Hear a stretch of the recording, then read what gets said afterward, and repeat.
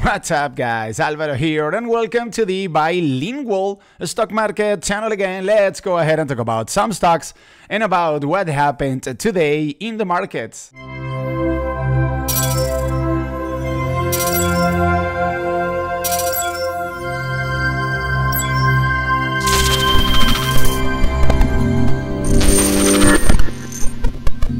And today we saw a little bit of red in the markets. Nothing wrong with that. Last week we saw an amazing and historical rally in the markets. Figure this, guys. Last week we saw a phenomenon that we have only seen 5 times throughout the whole history of the stock market. So the S&P 500 went up at least 1% for 4 consecutive trading sessions. Something absolutely extraordinary that doesn't happen very often. It has only happened 5 times throughout the history of the market. So today we were due for some sort of pullback. So Russell 2000 goes down today 0.97%, Nasdaq goes down 0.40%, Dow Jones goes down 0.58%, and the S&P 500 pretty much broke even. It only went down 0.04%. Crude oil and an absolute tear today, guys, and most of the energy stocks out there. So crude oil goes up 7.41%, and it closed today's trading session at $112.46. Gold went up 0.40%. Silver went up today 1.33%, and the 10-year Treasury yield stole the show, guys. It went up today almost 8%. Absolutely unbelievable. The financial sector didn't follow the 10-year Treasury yield. That is a sign that the markets are a bit concerned when it comes to maybe having a too aggressive Federal Reserve that might might be able or might be forcing some sort of depression or recession in the economy by being too aggressive. So the financial sector and the 10-year Treasury yield didn't act in a correlated way today. Today we had Mr. Bostic, the president of the Federal Reserve of Atlanta, and Mr. Jerome Powell talking about the economy, about hikes in interest rates. And Bostic, which happens to be a very dovish member of the Federal Reserve, sounded very hawkish, saying that he was expecting at least 6 or 7 interest rate hikes throughout this year. And Mr. Jerome Powell said that they are ready to pull the trigger in May when it comes to hiking, when it comes to carry out an increase of interest rates of 0.50% if that were the case, if that were needed. So both Bostic and Powell sounded very hawkish today. We actually saw some sort of volatility once the markets found out that Powell didn't rule out a 50 basis point increase in May, because remember that the next Federal Open Market Committee is going to take place on May 3rd and May 4th, if I remember correctly. So we saw some sort of volatility. Then the markets, afterwards, the markets ended up digesting what Powell said. And take a look, the S&P 500 almost was about to pull off a green day today. So we basically had a healthy pullback when it comes to the major indices. If we take a look at the sectors, today we only had 2 sectors finishing the trading session in the green. Energy goes up 3.05%, and materials went up 0.45%. The worst performing sector by far today was communication services. It goes down 1.19%, basically because 3 very important members of this sector went down today: Netflix, Facebook, and Google. What about the 2 most important sectors of the markets? Technology goes down today 0.37%, and the financial sector went down today 0.48%. As I just told you guys, the 10-year Treasury yield went on an absolute tear today, but the financial sector didn't follow because there are some concerns about the Fed being too aggressive and so forth. I already saw this story back in 2018. The financial media started to make the case that we were about to enter into a recession because the Fed was being too aggressive, and that didn't end up being the case. We will see what happens on this occasion. When it comes to the VIX also went not on a tear, but it went down today. I mean, it was the other way around. The VIX went down today 1.42%, and in my opinion, it closed below a very important area of support at 24 points. If we take a look at the advances and declines distribution, we find today, or we can see that today we had 4,449 stocks going down and 3,205 stocks going up. And before going over the indices, I want to show you guys some trades that I closed in a successful way in today's trading session. Ethereum.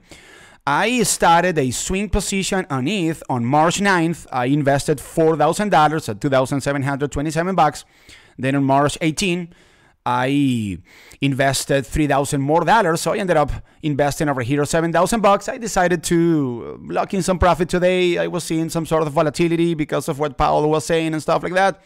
So I closed this position and I was paid $73, sorry guys, $100. So I ended up making over here 300 bucks. I also closed a call option on FedEx. Let me show you what happened in the case of FedEx, and this was a trade that I broke down in the video that we posted here in the channel on Thursday of last week. So on Friday, I purchased the $210 call that expires on September 16. I paid $2,555, and I ended up closing this trade, and I was paid $2,720. I made over here $165.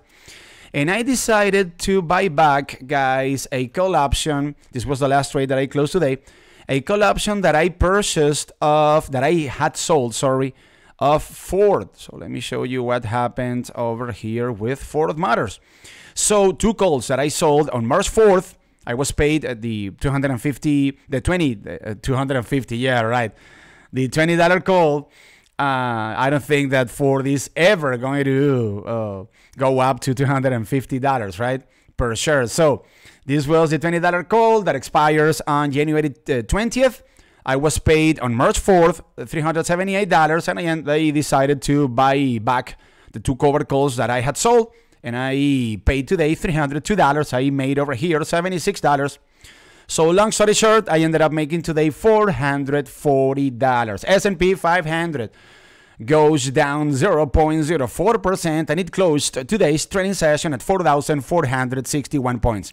So guys, we had an amazing rally last week, so no one is going to argue that, obviously. As of now, the bulls are right below the 200-day moving average, so they couldn't take on the 200-day moving average last Friday, and they couldn't take it on today either. So obviously, from a technical standpoint, the most important task for the bulls is going to be closing one trading session above the 200-day moving average. The RSI of the S&P is a bit elevated, 68 points, nothing crazy. So maybe we can see the S&P closing above the 200-day moving average, and after that we can see the beginning of a process of consolidation above such an important moving average, such as the 200-day. And once the bulls can close one trading session, if that happens to be the case, obviously, above the 200-day moving average, then they are going to have to take on the 180 SMA at 4,500. And after 4,500, we have the 100-day moving average at 4,550 points. So the S&P is getting very closer. Is getting closer to very important moving averages, guys. 200-day moving average, 180 SMA, and 100-day moving average. And what happens if the bulls are able to burst above the 100-day moving average? If that were the case at some point throughout this week, then they are going to be bursting above most of the major moving average. That is going to be a very bullish sign of recovery for the bulls of the S&P 500. When it comes to the bears, they need to close one trading session at least, guys, below 44.30. 44.30 happens to be a previous area of resistance back from January 26th. I think that below 44.30, the bears are going to gain steam from a technical standpoint, at least from where I sit. So let's see what happens in the case of the S&P 500. As of now, by the way, I forgot to mention this, the S&P is, let me see, almost 9% of the highs, almost in correction territory. And when it comes to the Nasdaq 100, this index goes down today 0.31%, and it closed today's trading session at 14,376 points. Guys, pay attention to what I am about to tell you. So from peak to bottom, the Nasdaq 100 dropped something like 23%. This 23% correction or bear market in which the Nasdaq 100 was trading in until last week represented a $5 trillion market cap loss for the Nasdaq 100. In order to put this figure into context, the market cap loss of the Nasdaq 100 during the dot-com bubble was $5 trillion. So the market cap loss that we saw during this corrective process, or during this corrective phase of the Nasdaq 100, is similar, or it's pretty much the same market cap loss that we saw during the dot-com bubble when it comes to the Nasdaq 100. That goes to show the severity of the corrective process that we are seeing as of now. That goes to show that the multiple compression that we are seeing as of now is very, but very decent, is healthy on top of that, obviously. But this might be it for this corrective process unless something unexpected happens. The markets have already priced in a lot, but I mean a lot of bad news when it comes to the NDX. The NDX, by the way, is trading as of now 15% of the highs. How about that? Okay, in the case of the NDX, the most important task, or this would be a healthy scenario that might be, let's say, favorable for the bulls out there, a process of consolidation above 14,400 points. We are talking about a former area of support back from early October. And why do I say that? Well, because the RSI of the NDX is getting a bit elevated, 66 points. So what about the bulls consolidating for, for the upcoming days, slightly above 14,400 points without doing much? This might be a sign that they are gathering momentum in order to make another push higher, in which case the next important task that they need to carry out would be taking on 15,000 points, 200-day moving average. And in the case of the bears, the most immediate task that they need to carry out would be taking on 14,000 points. This is a previous area of support back from late January. And when it comes to the stocks that I am going to go over during this video, now let's go ahead and take a look at Nike. That is reporting earnings today. So take a look at Nike on a tear after hours. So Nike went down today 0.80% during regular trading hours, and it closed today's trading session at $130.19. I pull up here the 1-day, 1-minute chart and take a look at this push to the upside, guys. So they killed it.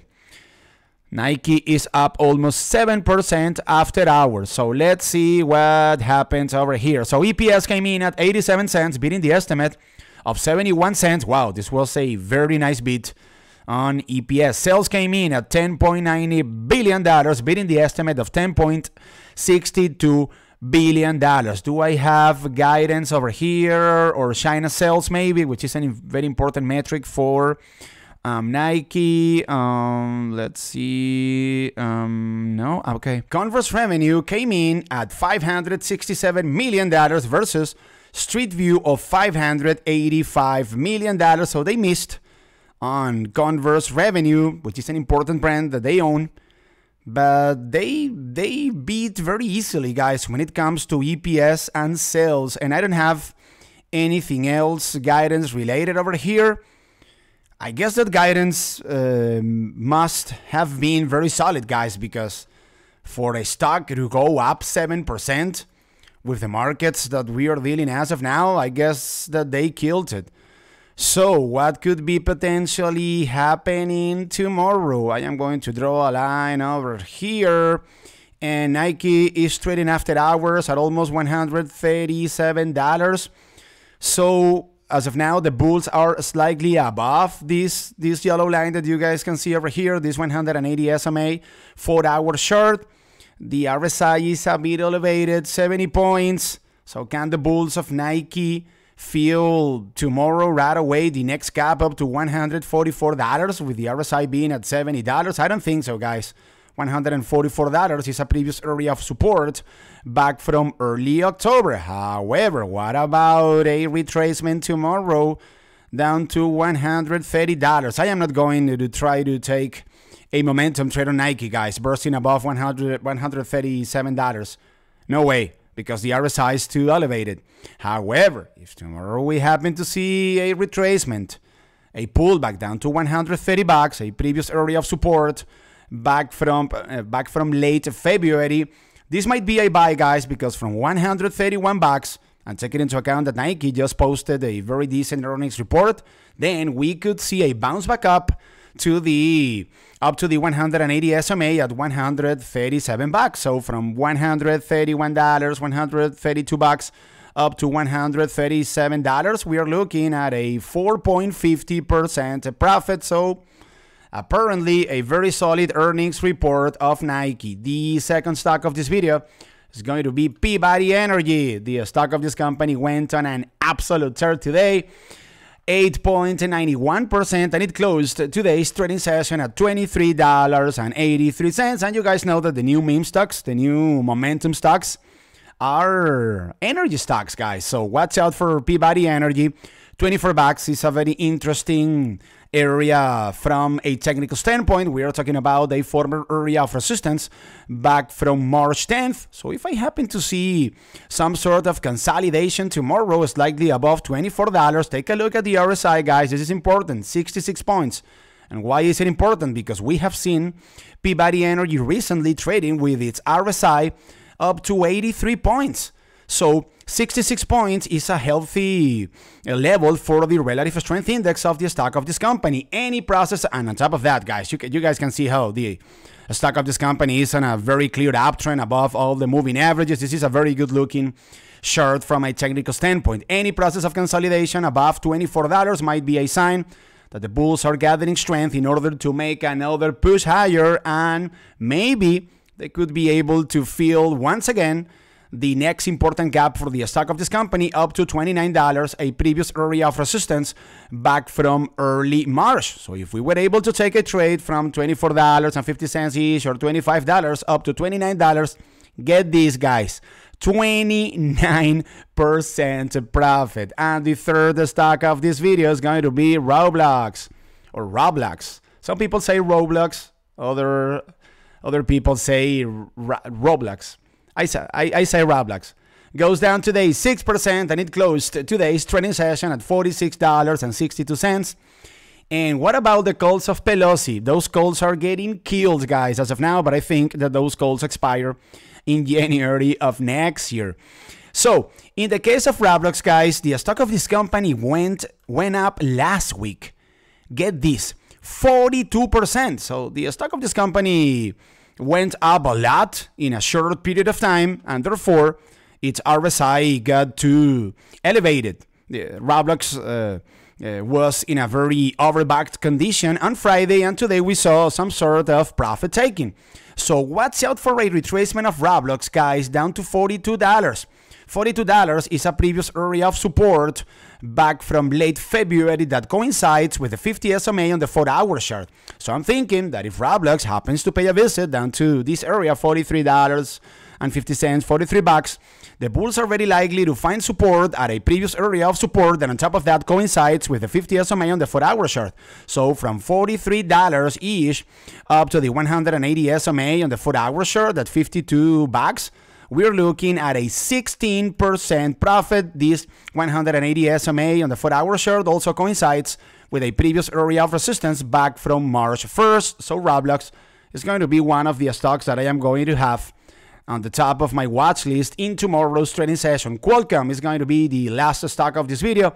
Goes up today 1.04%, and it closed today's trading session at $155.59. Watch out for Qcom over here, guys, and mind you, the stock of this semiconductor company is one of the cheapest semiconductor stocks out there relative to Nvidia, AMD, and so forth. As of now, Qualcomm is trading how much? 20% of the highs. It is still in a bear market. And I think that this company at these levels, and taking into account that they posted an amazing earnings report that was back in late January, I think that this is a buy for any purpose, guys. For any intents and purposes. However, I am thinking as of now in a momentum trade. $158 is a previous area of support back from late January, and it is also a previous area of support back from late November of last year. Watch out for Qualcomm, guys. RSI at 61 points, so we still have gas in the tank over here. I think that if the bulls of Qualcomm can take on $158-ish, $157, $158, let's just say, and if the SMH, the semiconductor ETF, happens to have a positive day, the bulls of Qualcomm have a first chance of filling the next important gap up to the 180 SMA on the 4-hour share at $165.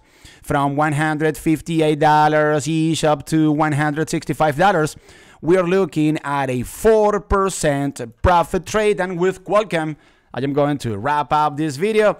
Thank you very much for your attention, and thank you very much for hanging out with me once again. Remember and keep in mind, guys, that here on the Bilingual Stock Market channel, we are posting stock market update videos Mondays, Tuesdays, and Thursdays as well, 3 or 4 hours after the market closes. So if you want to get all of the notifications of all of our videos in a timely manner, you have to be subscribed to this YouTube channel, but you also need to activate the notification bell right up there. Follow us on Instagram as well, guys, at Bilingual Stock Market. And remember that this is the Bilingual Stock Market channel, the YouTube channel in which we talk about the markets. But we do things differently because we talk about the markets in 2 different languages, English and Spanish. So you can pick your preferred language, but most importantly, this is the YouTube channel in which we know that the wonderful world of Wall Street is not for geniuses, it is for entrepreneurs just like you guys and myself. My name is Alvaro, and I will see you guys tomorrow once again, 3 or 4 hours after the market closes. Peace out.